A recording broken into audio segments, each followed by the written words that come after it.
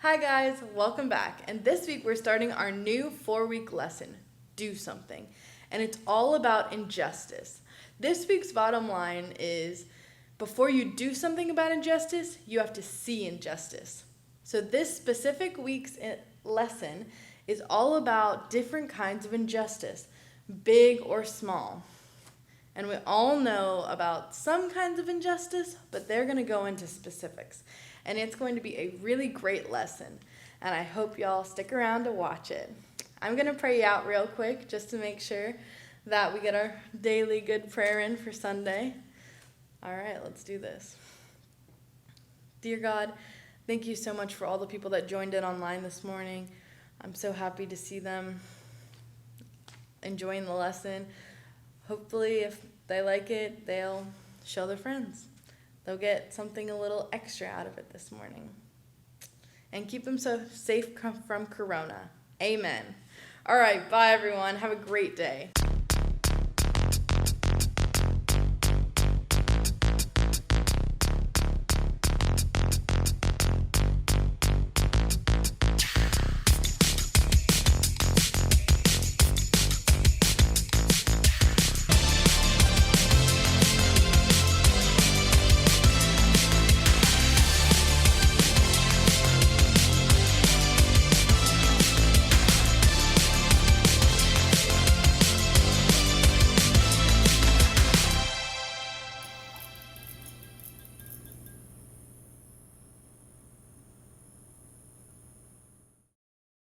Have you ever noticed there's one category in life that always causes arguments? No, I'm not talking about politics, although it's true there too, or religion, which happens as well. I'm talking about superheroes, or more specifically, superhero movies. You're either on one side or the other. It's either Marvel or DC. The choices are very clear. And if people disagree with you, they will for sure let you know. Either way, it seems like most people love superheroes, just in general. In fact, superhero movies are some of the largest grossing movies ever. And why? Well, I think people love a good hero because of what they do and who they are. They solve a problem, they fight the bad guys, they're brave, and they can do some really cool stuff. Basically, they see something wrong in the world and then they go do something about it in the most epic way possible. And maybe we love superhero movies because we all love the idea of superheroes existing in a real world. I mean, we could all use a little superhero help from time to time. Maybe for you, it's being rescued out of accelerated math, or pushing your college application to the top of the pile, or making life easier on your single mom.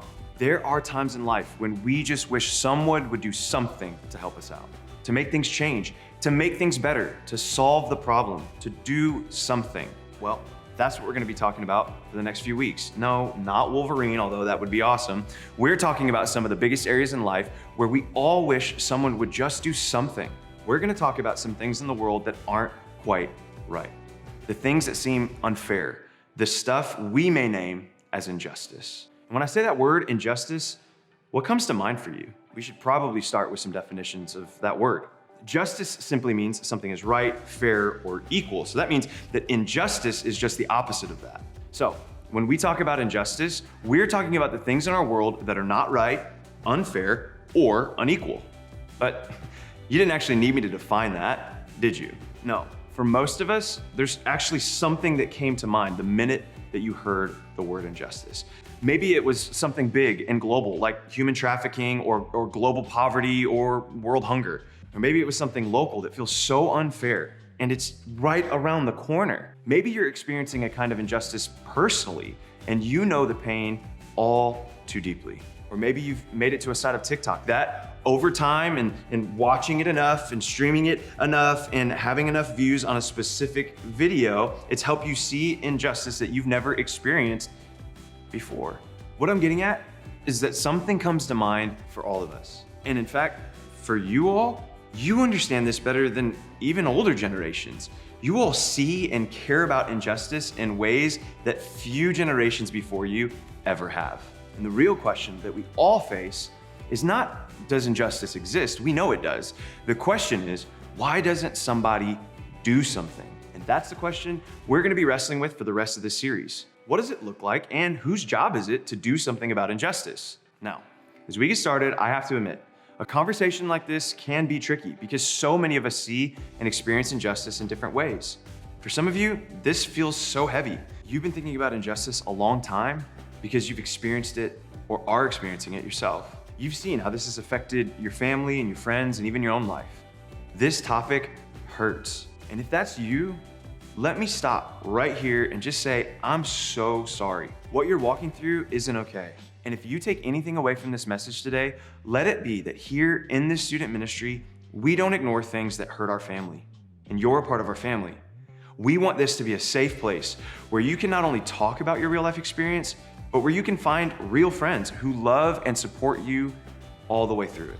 On the flip side, some of you haven't experienced the hurt of injustice. Instead, maybe you feel surprised by it.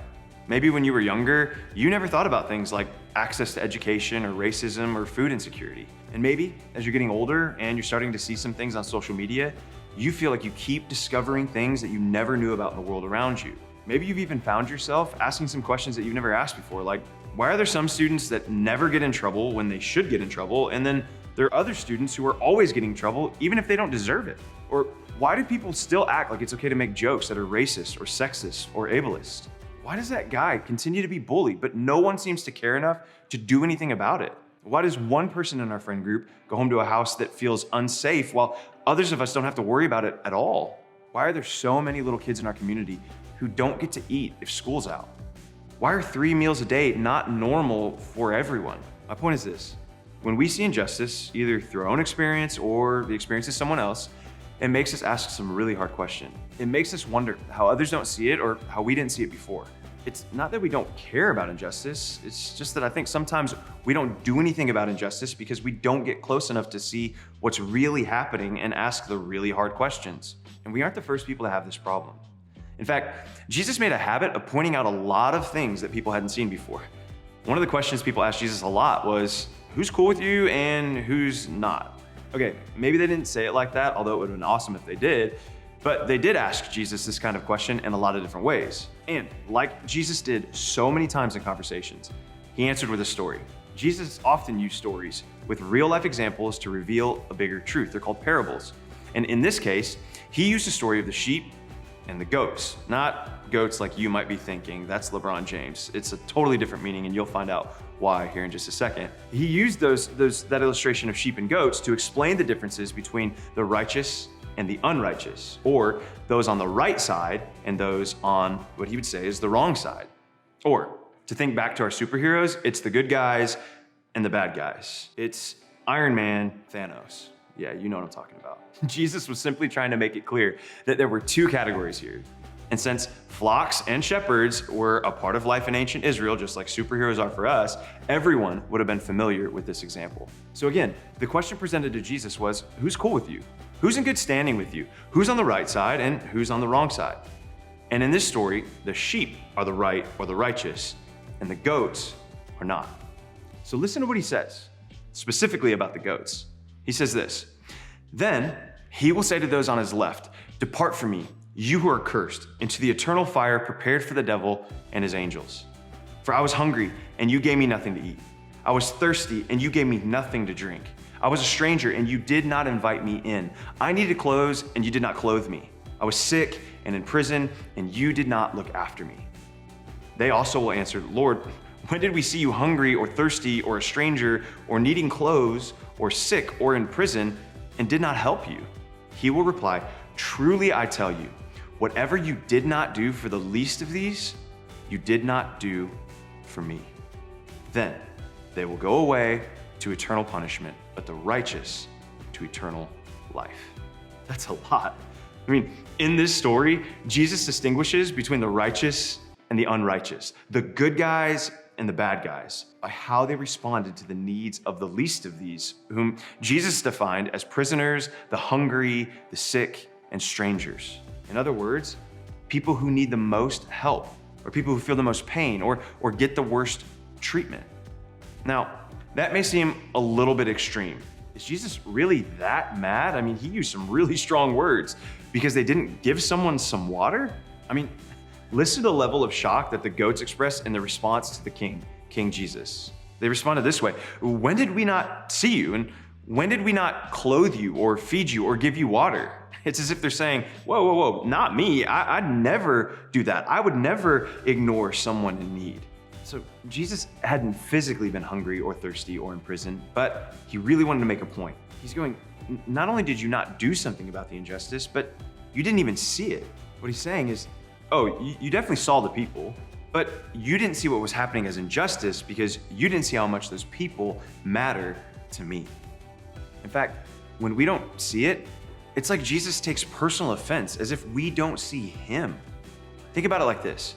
You might be missing out on a part of what it means to follow Jesus himself. Remember, this is a story about who is cool with Jesus and who isn't. And he's very clear about the answer. His people are people who see and act when it comes to injustice. Now, I'm not saying that that's what it takes to start a relationship with Jesus. That's a different conversation. But I am saying that if you get to know him, you'll see that Jesus always cares about injustice. He always speaks up for others and always fights for what's right. And if you follow him, you'll become more like him in that way. You'll begin to care about the things that he cares about. And because of Jesus' example, you may begin to see injustice differently than you ever have before. You may even feel compelled to do something more than you ever have felt before. Don't worry.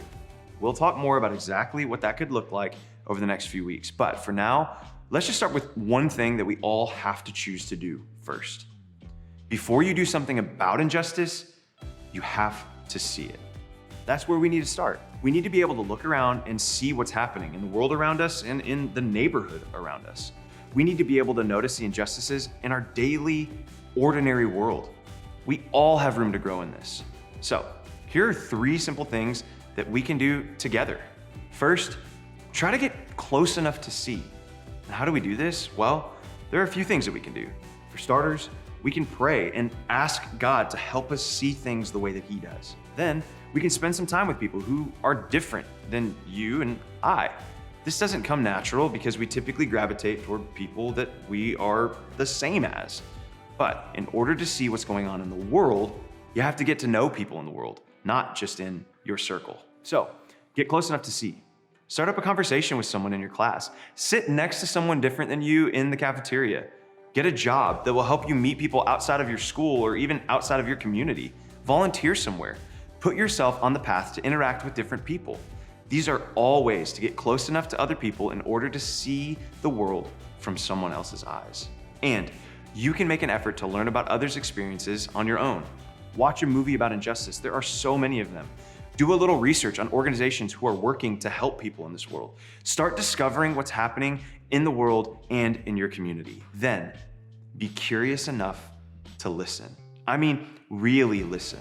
The quickest way to see injustice is to listen to people that are experiencing it. When someone tells you about experiencing injustice, take the time and give them the attention by listening. And don't just listen, really try to learn. Try to imagine yourself in their shoes. Think about what they're saying. And here's a heads up. It's going to make you uncomfortable. It makes me uncomfortable when I do this, especially if it's the kind of injustice that you've never experienced, or worse, the kind that you didn't realize that you may have participated in. This is when the conversation gets real. I mean, really real. And it may be tempting in that moment to bounce. Like, we're all wired with this survival instinct that says, hey, this is uncomfortable, I need to get out of here. I mean, literally some of us act like we're gonna die if we have to talk on an actual phone instead of texting. That is me. Why do we still make phone calls? But whatever, that's a different conversation. It's just uncomfortable. That's why we do it. And we, because we're human beings, hate being uncomfortable. But in this case, discomfort isn't necessarily bad. In fact, it can be really helpful. It's actually a good sign when bad things make you uncomfortable. It means you're beginning to see things the way that God sees them.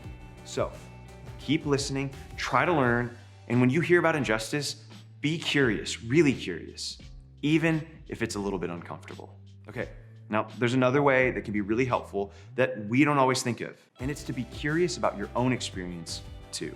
Maybe you'll notice that you've experienced an injustice, but you brushed it off because everybody around you kept saying, it's no big deal, don't worry about it. Or maybe you'll notice that you've actually participated in injustice without realizing it firsthand. You can't know what you'll discover until you get curious. Be open to what God may be doing in you and saying to you. And finally, be courageous enough to name it. That means if it's wrong, step up, speak up, say it's wrong. If it's unfair, call it that. When you see injustice around you or even in your own life, be courageous enough to call it what it is.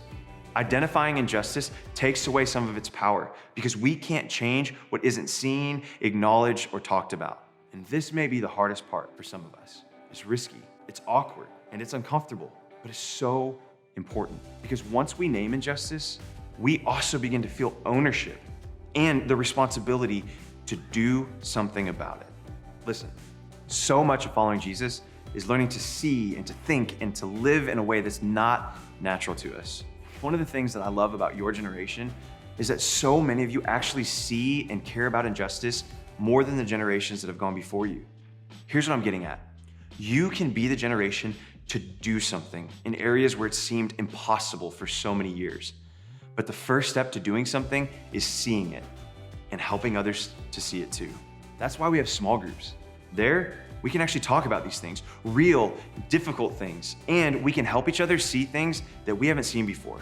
In fact, your small group leader is an incredible person to talk to as you're processing and discovering new ways to see the world around you. Now, as you head out, I want you to think about this incredible quote from Maya Angelou. She's a famous writer who wrote about injustice pretty often. She said this: "Do the best you can until you know better. Then, when you know better, do better." That's what this series is about. Seeing better so we can know better and ultimately do better.